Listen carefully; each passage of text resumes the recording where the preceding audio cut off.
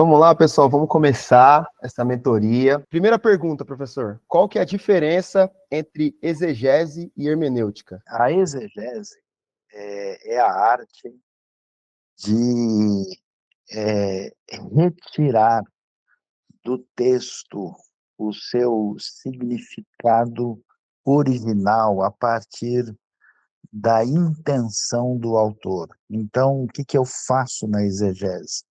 Eu vou usar todas as ferramentas literárias, linguísticas, históricas, culturais, arqueológicas, quer dizer, tudo que eu tenho à minha disposição de informação importante para entender o que o texto está dizendo.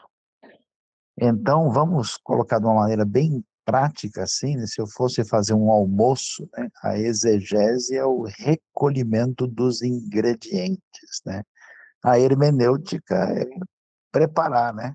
Cozinhar esses elementos. Então, a hermenêutica diz respeito à arte de interpretação de um texto. Não existe hermenêutica somente bíblica, né? Existem referências, princípios de interpretação do texto. Uma vez que eu tenho todas as informações que eu consegui através de uma análise exegética, agora eu estou preparado para usar, né, os princípios da hermenêutica para entender adequadamente esse texto e poder aplicá-lo, né? Então, nesse sentido, e é claro, tanto a exegese como a hermenêutica vai ter, vamos dizer, pontos de partida e pressupostos de quem utiliza dessas abordagens para lidar com o texto. Bom, a segunda pergunta que fizeram aqui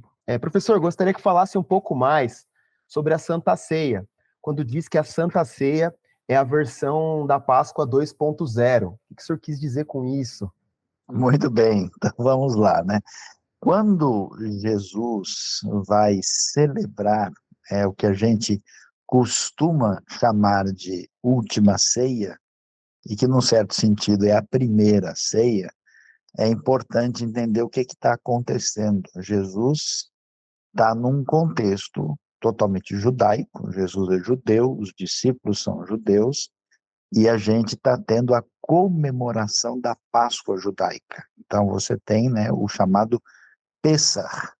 Jesus está ali na quinta-feira à noite, no cenáculo, na parte mais elevada da Jerusalém murada, onde hoje nós temos, quando visitamos a cidade, a região do chamado Monte Sião.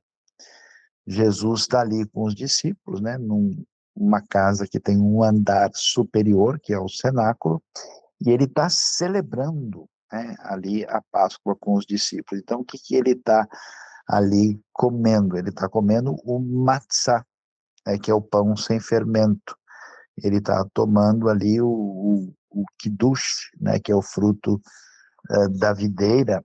E aí, quando ele celebra a Páscoa, por que a Páscoa é tão significativa? Que da Páscoa vem a identidade do povo judeu, né? Esse povo é, reconhece a si mesmo a partir do ato de libertação, ato salvífico da parte de Deus, quando os liberta para conduzir à terra prometida. Então, agora, numa retomada desse conceito de libertação, Jesus, né, nessa dimensão hebraica de celebrar a relação com os discípulos, comendo e bebendo com eles, o que aponta para essa realidade de intimidade e de proximidade diferenciada, então Jesus dá um significado à Páscoa judaica mais amplo, que serve como referência de quando nós nos lembrarmos deles. Façam isso em memória de mim. E é interessante porque a ceia, ela tem um aspecto muito curioso, porque ela é uma viagem no tempo, né? A gente viaja ao passado, porque é o memorial, mas vocês, quando tomam a ceia, anunciam a morte do Senhor até que ele venha. Então, quando vamos ao passado, estamos de volta para o futuro, né? Vocês acham que o cinema criou alguma coisa nova? Imagina, tudo tirado da Bíblia, né? E aí, então, nesse sentido, a ceia do Senhor, ou a Santa Ceia, ela aparece como a Páscoa versão 2.0, né? Tem o upgrade do arquivo aí. O Farid comentou aqui, né? Sempre achei que a Páscoa judaica era a expiação dos pecados, mas eu vi que não. Isso é correto? Não, não é que, veja, a gente pode ter um curso sobre a Páscoa aqui por 6 meses, não. Veja, quando nós temos a libertação na Páscoa, e você vê a proteção, né, quando nós temos o anjo que traz o juízo sobre os egípcios, e eles passam ali o sangue do cordeiro na porta, e isso é um indicativo que alguns preferem chamar de elemento tipológico, né, que vai ter muito sentido, né? Porque depois a gente vai ver que entre os diversos sacrifícios, nós temos 5 sacrifícios em Levítico, especialmente definido, do capítulo 1 até o capítulo 7, e lá nós temos a oferta pela culpa, a oferta pelo pecado, e muitas vezes a referência do cordeiro. E Jesus, claramente, como João 1 vai nos falar, é apresentado como o Cordeiro de Deus que tira o pecado do mundo. Então, sim, até porque, né, o curioso na ceia, né, é que eles estão lá e não tem cordeiro explicitamente na mesa, né, porque o cordeiro oferecido é o próprio Cordeiro de Deus que tira o pecado do mundo. Então, sim, a Páscoa tem isso. Então, eu estava apenas comentando a relação do 2.0 em função, né, do PESA, mas a gente pode fazer um curso inteirinho só sobre a Páscoa aqui, que não vai faltar tempo ainda. Vamos lá. Terceira pergunta aqui do pessoal é: querido Saião, sendo a Bíblia recheada de pensamentos agridoces, entre aspas, por que os judeus não aceitam Jesus e a sua obra? Nunca consegui entender a fundo essa atitude. Abraços. Nós temos aí, primeiro, uma frase um tanto quanto radical, né? Não é bem assim. A proporção de judeus que seguem a Jesus hoje é a mesma de europeus. Então a pergunta é por que os europeus não aceitam Jesus, né? Essa pergunta a gente nunca faz, tá? Então, não é bem o caso. Agora, o que aconteceu na história, né? Quando nós lemos o Novo Testamento, e o Novo Testamento fala de uma resistência judaica a Jesus, na verdade, ele está focalizando a liderança religiosa, né? Se você lembrar que Jerusalém tem uma população de 60 a 80 mil pessoas no primeiro século, e aí você vê em Atos se convertem 3 mil e depois, em seguida, 5 mil, você vai ver que a quantidade de judeus crentes é muito grande. A igreja primitiva ela é somente judaica inicialmente. Só o que acontece, o problema que a gente não costuma estudar e saber, ele se desenvolve no segundo século. Porque no segundo século vai surgir um rabino que tem muita importância na história do judaísmo, chamado Rabi Akiva. E o Rabi Akiva, ele afirmou, ele deu muita atenção a um indivíduo chamado Bar Kokhba, que se apresentou como Messias. E Bar Kokhba enfatizou, né, a realidade de que ele seria o Messias e convocou os judeus para lutarem contra o Império Romano na época do auge do Império Romano, na época do Imperador Adriano. E o que aconteceu foi uma carnificina terrível, pior do que aconteceu no ano 70. Isso se deu entre os anos 132 e 135. O que acontece? Quando o Bakorva faz isso, eles convidam os judeus que criam em Jesus para participar. E aí o que os judeus que criam em Jesus dizem? Não, esse cara não pode ser o Messias, que o Messias já veio. Nós estamos esperando que ele retorne. E aí o que o pessoal disse? Ó, bom, se vocês estão rejeitando lutar contra os romanos invasores e dominadores porque vocês dizem que Jesus é o Messias, então quer dizer que vocês não são judeus coisa nenhuma. A partir do segundo século, em função disso, aconteceu um afastamento muito grande entre os judeus e os primeiros cristãos. Quando o cristianismo cresce na Europa, que já era antissemita, tanto no mundo grego como no mundo romano, isso foi acentuado depois do período dos pais da igreja, com a ideia de que os judeus são especialmente malditos, os judeus mataram Jesus, os judeus são especialmente culpados, e essa inimizade entre a igreja e a sinagoga cresceu muito. Então, quando um judeu cresce, se desenvolve, desde pequeno ele ouve, olha, a razão da nossa perseguição, do nosso sofrimento, da nossa dor, é por causa dos indivíduos que seguem a Jesus e que se dizem cristãos. E a maior parte dos judeus, historicamente, nem conhece, nem sabe muito sobre Jesus, mas eles viram a cristandade. Se você conversar com um judeu comum e perguntar para ele o que você pode dizer sobre Hitler, ele vai dizer Hitler era um cristão, né? O que aconteceu na Idade Média, tem uma história muito complicada, né? Curiosamente, hoje, quando os judeus estão em Israel, uma grande parte, e eles conhecem os amigos cristãos que têm um relacionamento pacífico e amoroso com Israel, eles têm muito interesse, muita curiosidade. Hoje, um dos cursos mais procurados em Israel é cristianismo, porque eles começam a perceber, peraí, o fã-clube não é grande coisa, mas Jesus parece ter sido um rabino mais interessante do que a gente imagina, né? Então, não é bem assim, graças a Deus. Agora, tem um aspecto bíblico também. A Bíblia diz que, em Coríntios, Paulo fala que tem um véu, né, que eles não conseguem enxergar a realidade até que esse véu seja retirado.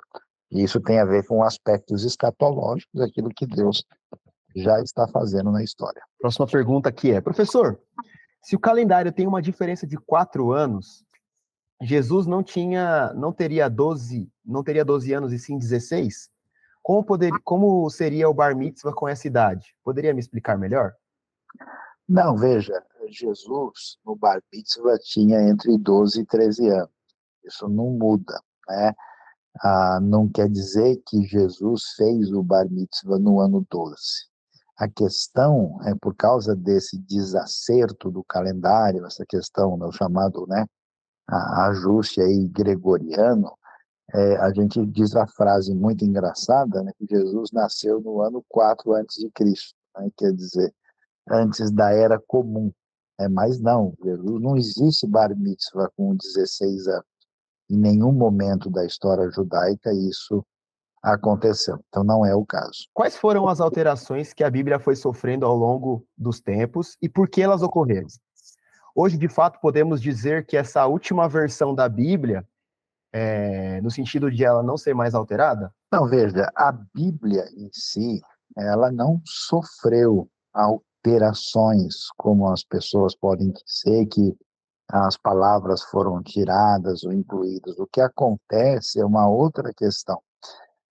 Nós temos a Bíblia como o livro da antiguidade mais bem preservado da história humana, né? O que nós temos é uma quantidade enorme de manuscritos do Novo Testamento e um texto hebraico antigo, chamado texto massorético, muito bem preservado.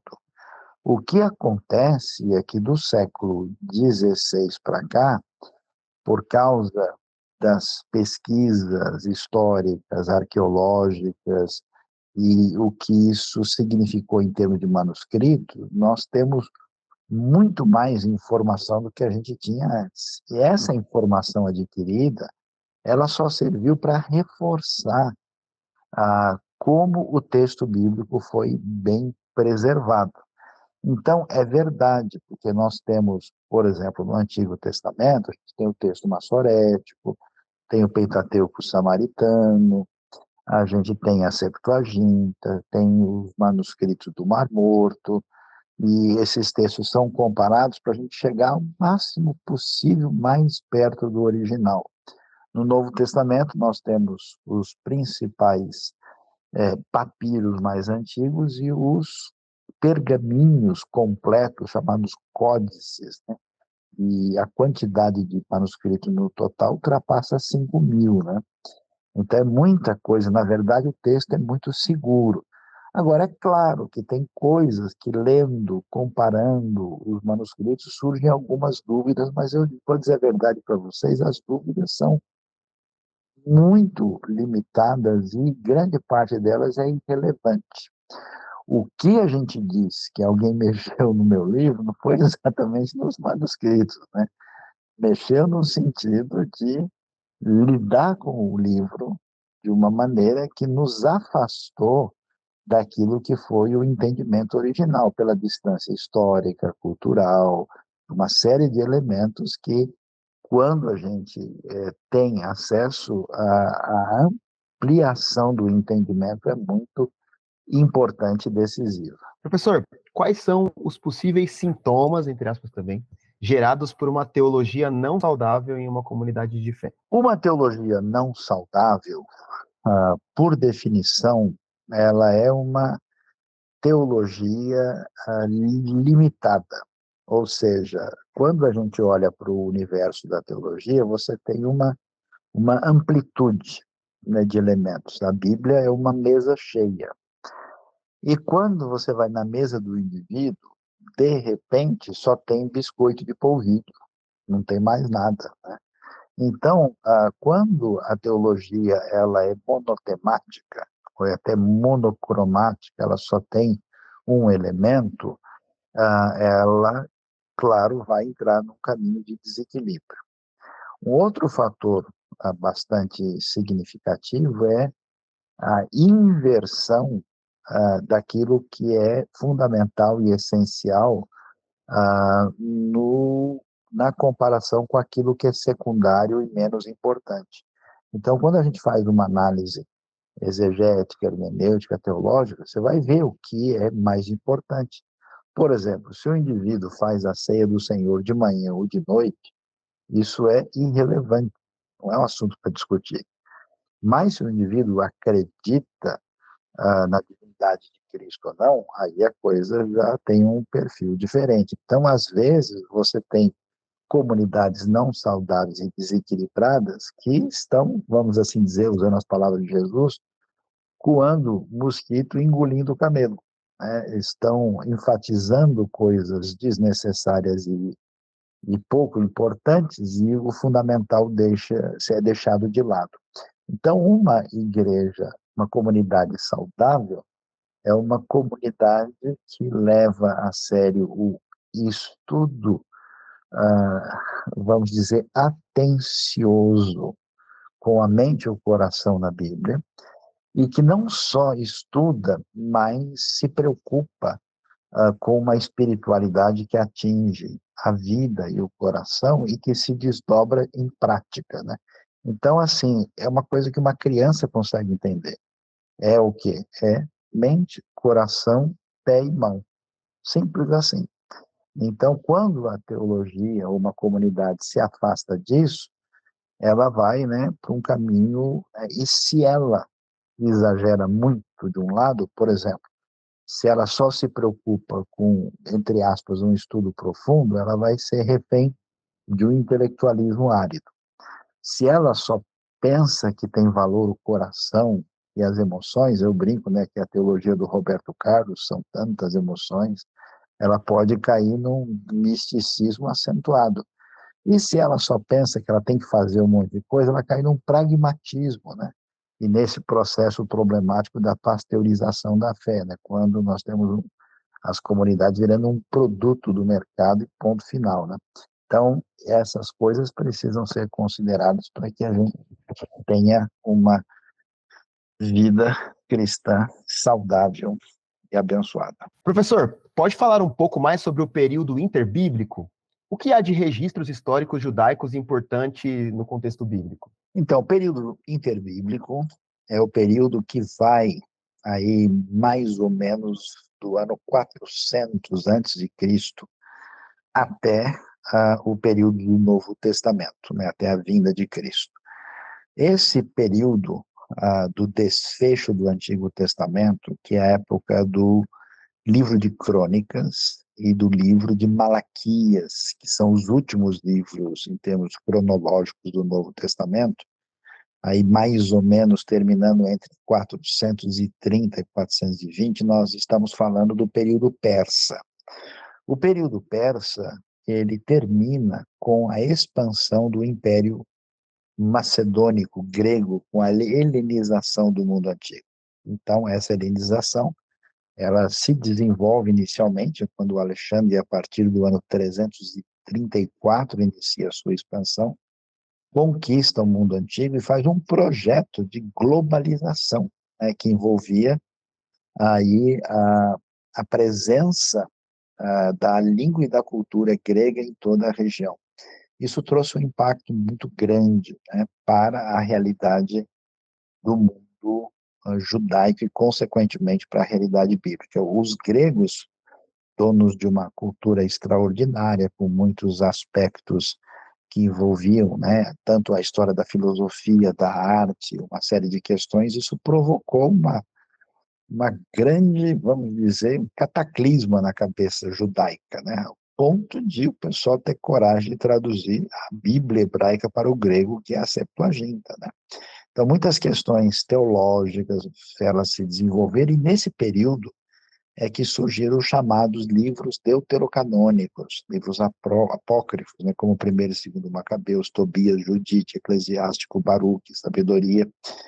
E nesse período, o mundo grego dividiu o poder na terra de Israel em dois períodos. O período dos Ptolomeus e Seleucidas, né, os gregos que estavam, vamos dizer, no Egito e na Síria. E nesse período dos Seleucidas, a questão muito difícil foi a opressão, né, da época de Antíoco, Epifânio Antíoco IV, né, na época dos Macabeus, né, quando houve uma resistência, uma vitória judaica que deu origem à festa do Hanukkah, que no Novo Testamento é chamada festa da dedicação, mencionada em João 10:22, e de onde a árvore de Natal puxou as suas luzinhas, né, que é da mesma época, em dezembro. E nesse período, então, houve uma libertação, né, dos gregos, e isto vai durar mais ou menos do ano 140 e pouco antes de Cristo até o ano 63, quando Pompeu vai e conquista em nome de Roma. Então, a influência cultural, o novo ambiente linguístico, esse cenário dessa literatura que é desenvolvida nesse período, tem muita importância para a gente poder entender o Novo Testamento. Quando você começa a ler o Novo Testamento, e vamos assim dizer, você lê o Antigo, você vê um monte de coisa, que é isso? O que é fariseu? Como assim? O que é saduceu? Como assim espírito imundo? Demônios? Quanto anjo tem aqui? Por que isso? Tem a ver com esse período histórico, particularmente, né?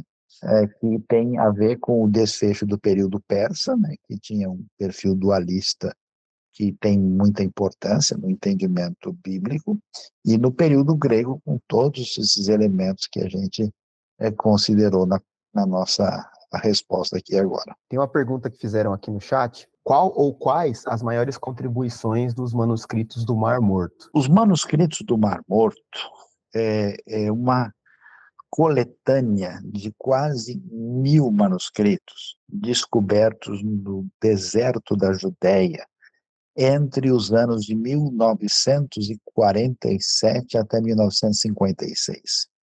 Foram 11 cavernas. Recentemente acharam uma 12ª, só que os manuscritos lá desapareceram, e em mais 3 outras localidades. Até então, todo mundo trabalhava com a Bíblia hebraica a partir de 2 textos massoréticos muito importantes. o chamado Códice de São Petersburgo, né, que é da Idade Média, mais ou menos do ano 1000, né, e o Códice de Alepo, na Síria, era um pouquinho mais velho, mas não estava tão completo, né? E aí, quando alguém lia, falava, realmente, como é que a gente vai confiar no Antigo Testamento? Porque, poxa, se Isaías viveu, né, em 700 antes de Cristo, você tem um texto dele que é do ano 1000 depois de Cristo, esse texto aí ninguém garante que ele chegou até nós de maneira adequada.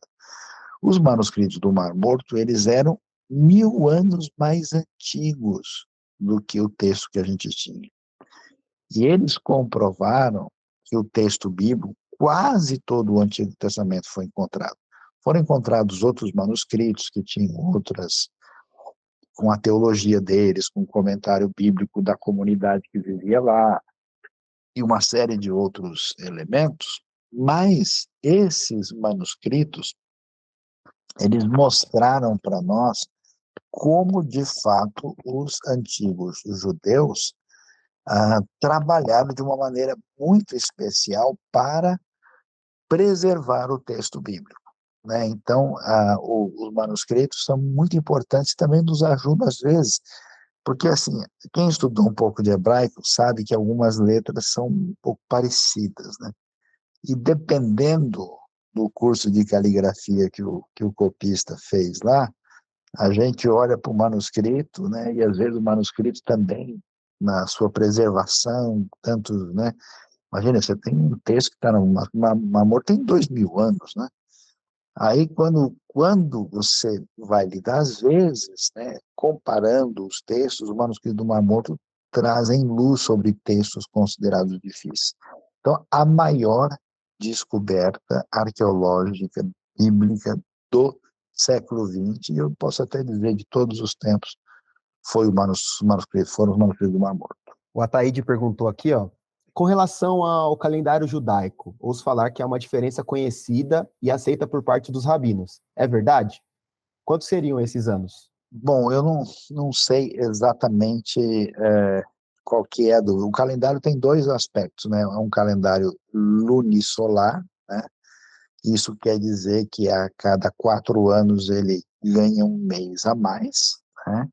Os nomes dos meses são nomes que se desenvolveram na época da Babilônia, né? Então você vê, por exemplo, a Páscoa deve ser comemorada no mês de Nisan, e depois você vai ver que é no meio de Abib, né? Então, aí você vai ter a questão dos nomes, mas a contagem, veja, não é nem necessariamente bíblica, dos judeus ortodoxos religiosos, vai dizer que nós estamos no ano 5784, né?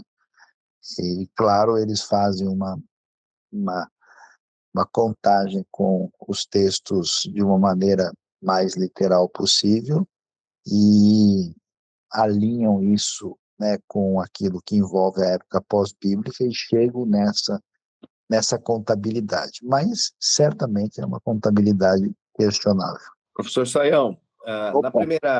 na primeira aula, o senhor citou sobre os 4 elementos na construção de uma teologia: as escrituras, a tradição, a razão e a experiência. Essa forma de entendimento, existe assim um consenso amplo sobre essa forma de entendimento ou não? Isso para mim é novo, então eu achei fantástico, abriu muito a mente, mas no geral, como que é percebido pelos teólogos os 4 elementos? Então, quando você vai estudar teologia, você pode fazer, digamos assim, uma abordagem puramente confessional, né? Então, o sujeito é metodista, é pentecostal, é batista, ele vai apresentar a proposta teológica dele. Mas saindo desse ambiente confessional limitado, quando você trabalha a teologia como ciência e faz a constatação das diversas possibilidades teológicas, é um certo consenso entre os teólogos que as teologias elas vão conter, em maior ou menor grau, esses elementos aí. Então não tem jeito. Até você pegar uma teologia sistemática comum, há coisas que você vai ver claramente o indivíduo dizendo, olha, nós fazemos assim porque na Bíblia está escrito assim. Aí daqui a pouco o indivíduo vai dizer, olha, mesmo que o texto não diz, olhando as evidências, nós concluímos, então está claro que ele está usando a razão para construir. Por exemplo, ninguém vai construir uma teologia detalhada da Trindade só com textos. A pessoa vai construir a partir de um arrazoado teológico. Aí ele vai discutir, por exemplo, a ceia, o batismo, a eclesiologia. Não tem como você não considerar a história. Como assim? O que que a gente sabe? Como é que os pais da igreja leram isso? O que que eles faziam no quinto século? Qual era a importância disso, né? Então, esses elementos estão presentes, né? E aí a gente deve observar, né? Quando é que a teologia é bem construída, deve, né, considerar a experiência, que também é um outro elemento, porque, olha, a pessoa evangeliza, a pessoa prega, a pessoa foi cheia do Espírito Santo. Como é que foi no seu caso? Então, eu estou tendo uma experiência especial de avivamento hoje. Ela é parecida mesmo com a de Atos ou com a sugestão de Efésios, né? Então, esses elementos estão presentes. E aí a gente tem que saber temperar bem essa sopa, fazer ela direitinho para ver se a coisa vai ser bem ingerida ou degustada. Uma pergunta. Eu cresci praticamente na igreja e sempre ouvindo dizer que a lei é do Antigo Testamento e a graça é a lei do Antigo Testamento e a graça do Novo Testamento, né? Que Jesus ele veio para cumprir. E aí quando você, por exemplo, Mateus, né, começa lá no capítulo 5, você começa a perceber que a coisa é um pouquinho diferente, certo? Algumas pessoas fazem uma confusão quando você fala a palavra graça, eles pensam que graça é só salvação, certo? Como é que fica esse mal entendido? Porque não sei se seria esse o termo, mas parece que vivemos uma igreja hoje como se fosse uma igreja anarquista, né? Uma igreja que pensa que não existe lei. Como é que fica essa história de ver a graça na lei e ver na salvação, através da graça, a lei que nós ainda temos que praticar? Então, é interessante, porque quando a gente trabalha com certos elementos no contexto teológico bíblico, né, a gente vai ver que existe o que a gente chama de uma relação, por exemplo, do Antigo para o Novo Testamento, você tem uma relação de continuidade e, ao mesmo tempo, de descontinuidade. Tem certos elementos que são pertinentes ao Antigo e que não têm continuidade na vida da comunidade da fé em função daquilo que é chamado de um cumprimento.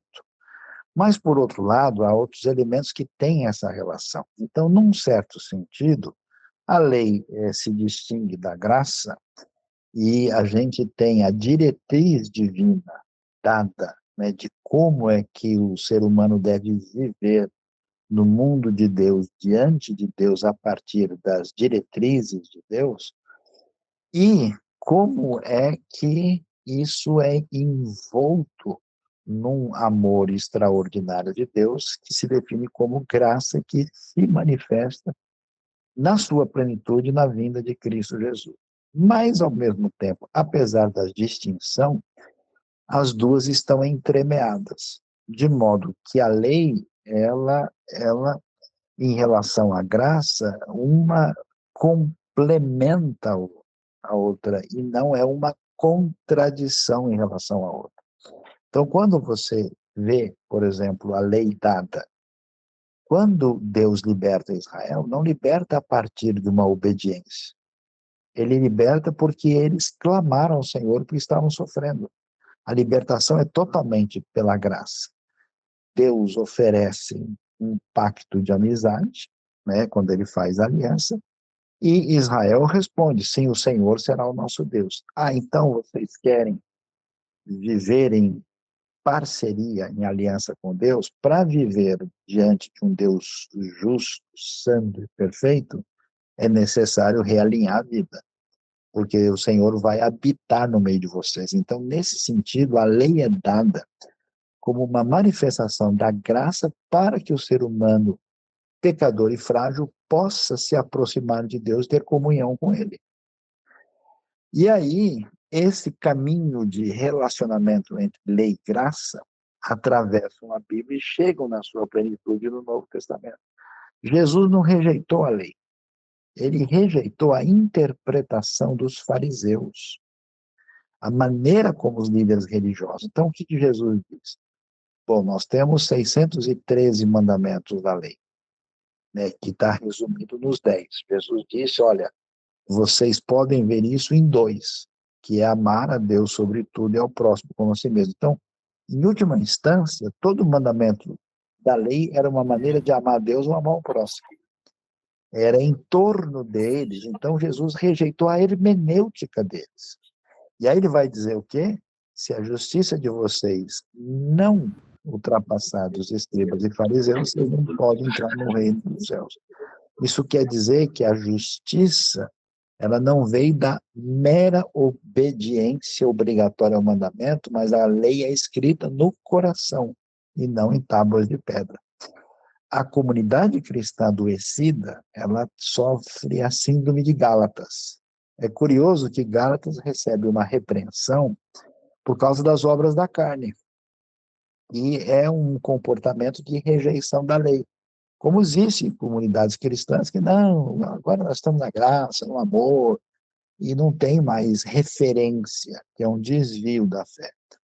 O outro lado é o legalismo, e que está presente em Gálatas também, que é uma espécie de vida baseada em elementos secundários e desnecessários, quando a gente se afasta do essencial e fica discutindo filigranas e arrumando confusão por conta disso, né? Que era o caso, por exemplo, dos judaizantes, que diziam se esses gentios não forem circuncidados e não cumprirem elementos cerimoniais da lei, Deus não os aceitará, o que certamente não é o caso. Professor Pronto. Luiz, eu tenho Sim. várias dúvidas. Eu compreendi suas analogias durante a aula com relação à história, mas as minhas dúvidas são relativas a textos específicos. Por exemplo, aquele caso de Ananias e Safira. Por que eles não tiveram oportunidade do arrependimento, já que Jesus Cristo já havia morrido por nós? A própria Bíblia explica que foi a questão deles mentir ao Espírito. Como é esse mentir ao Espírito? Eles mentiram foi para Pedro? Quando nós lemos o livro de Atos, a gente vai ficando eufórico, né? Porque acontece a ascensão, né? E aí em Atos 2 você vê o Pentecostes, né? E a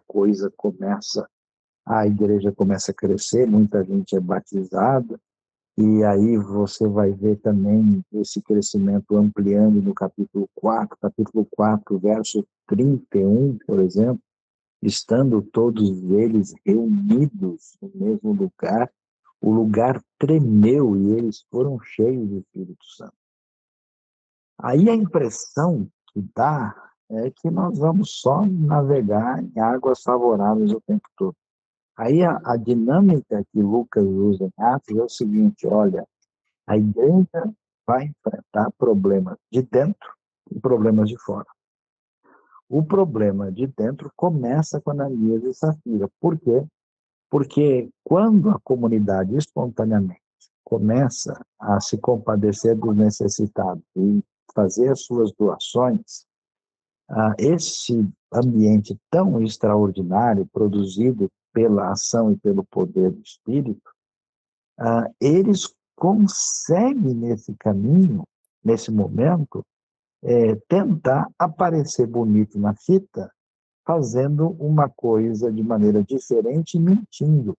Quer dizer, alguém para fazer isso tem que entrar vamos dizer, uma espiral de resistência de Deus muito significativa, porque a lógica bíblica é por que, por exemplo, existe a blasfêmia contra o Espírito Santo? Quando é que ela acontece? Quando aqueles religiosos, vendo o poder de Deus na vida de Jesus, que até ressuscitava os mortos, eles chamaram aquilo de poder de Beelzebub.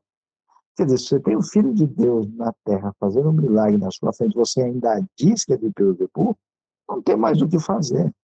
Então, a atitude de Ananias e Safira é muito séria.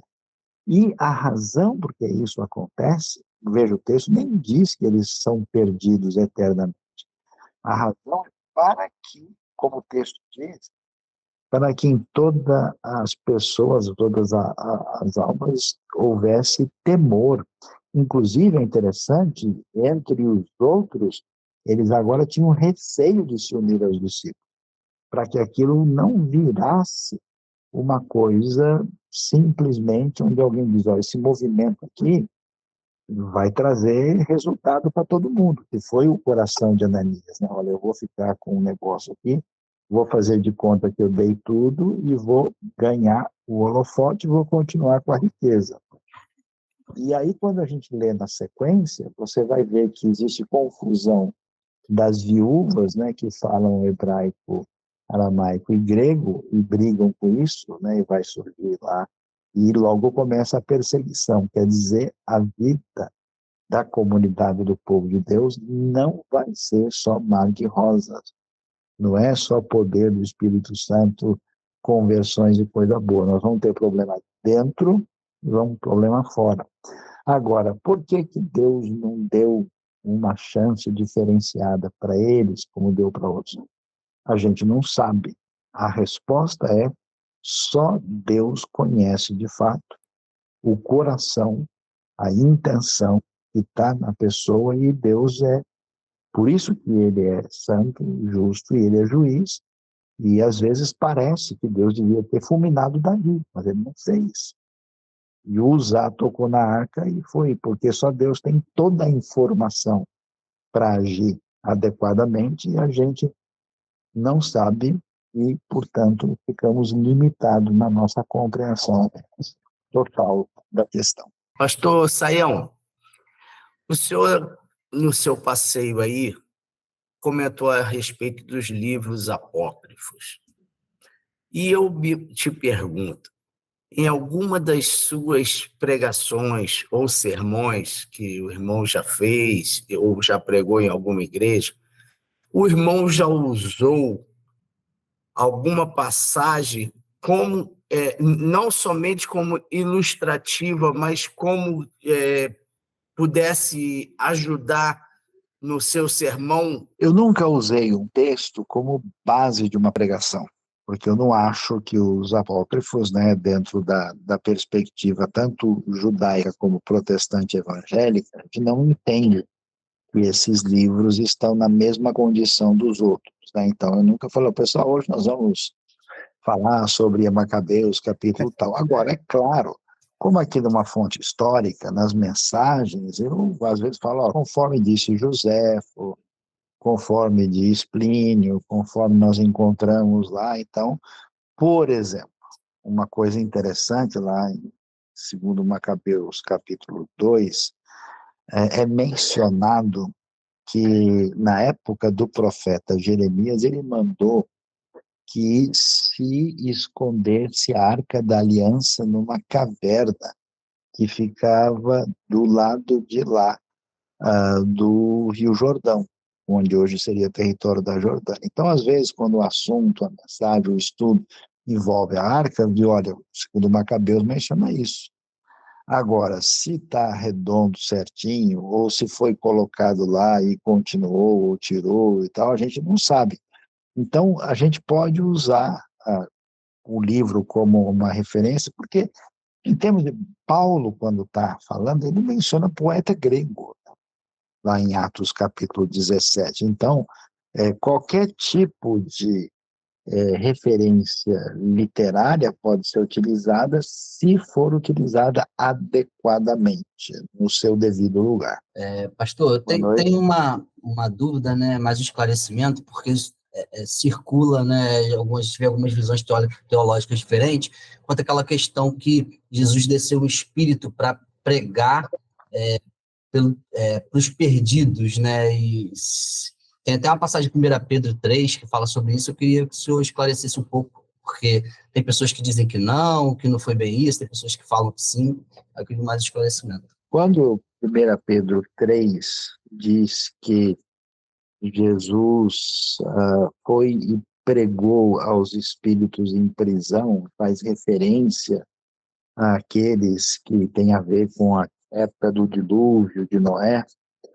A palavra querigma, pregação, né, mensagem, anúncio, né, o querissomai, o verbo, não significa necessariamente pregação evangelística, né, com certeza.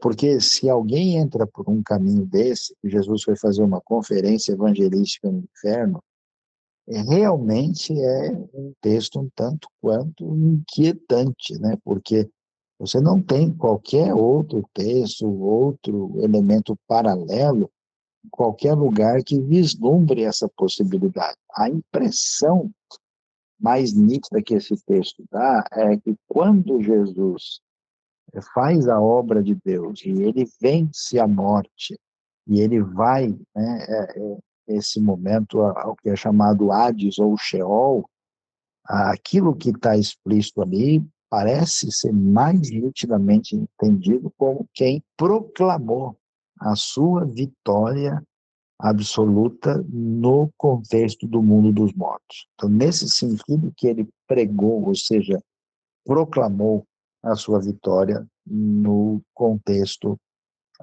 do que é chamado espíritos em prisão nesse mundo dos mortos, né? Muito difícil uma ideia de arrumar uma espécie de salvação B, né? Aí esse caminho. Não parece essa proposta que se encaixa adequadamente no texto. Tamo Obrigado. juntos, pastor. Muito obrigado. Obrigado a todos por esse tempo. Boa Nos noite. vemos aí na próxima. Uma boa noite. Amém. Tchau, tchau. Um abraço. Até mais.